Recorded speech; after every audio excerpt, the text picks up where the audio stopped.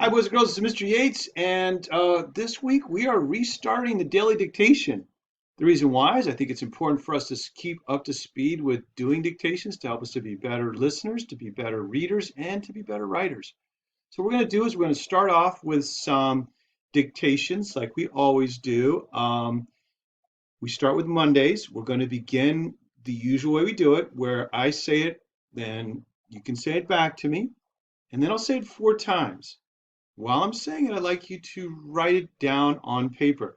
If you can get lined pieces of paper, that's ideal. It's just a little bit easier to write. I find my words start to wobble off if I don't have lined paper. But if you don't have lined paper, write it on whatever paper you have, and that's okay. Just remember to try to be as neat as possible because with a dictation, neatness is important for readability.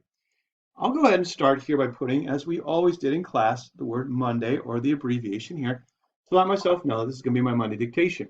Now, I also want to remember that I want to save the paper. I want to not just have Monday on one piece of paper and then Tuesday somewhere else and Wednesday somewhere else.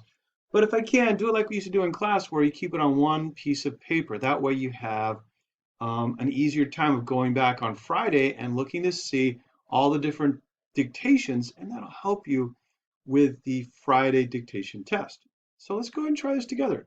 I'm going to start. I'll say it 1 time. Say it back to me. I'll say it 4 times.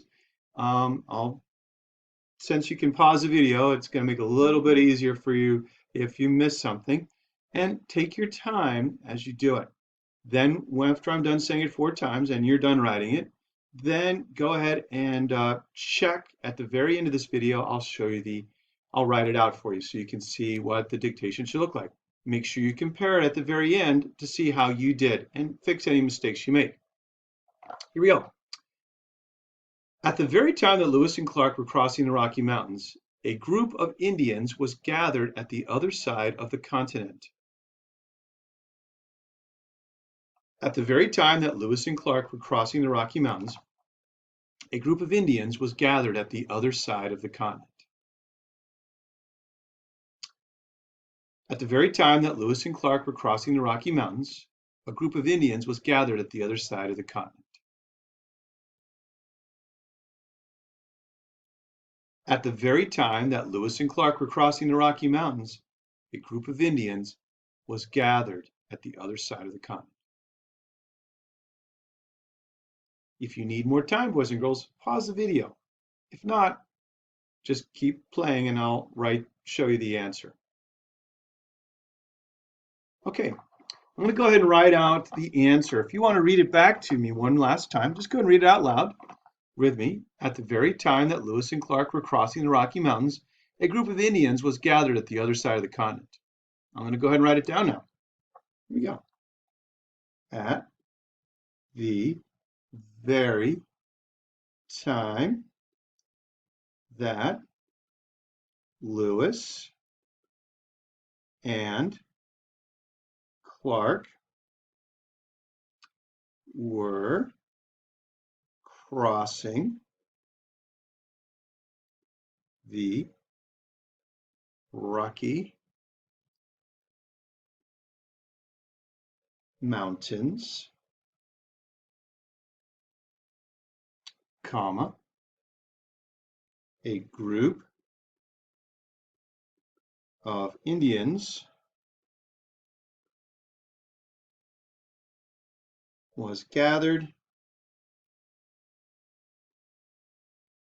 at the other side of the continent.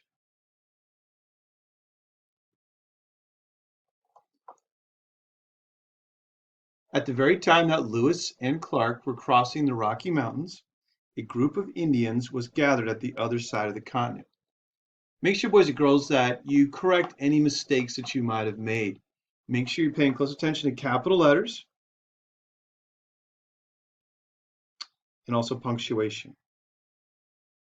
And make sure that everything is spelled correctly. On Friday, I'm going to give a new sentence, and the sentence will be one that uses the words from Monday through Thursday's dictation, so you can use that to help you with it. We'll go ahead and we'll see you tomorrow with another dictation. Bye bye.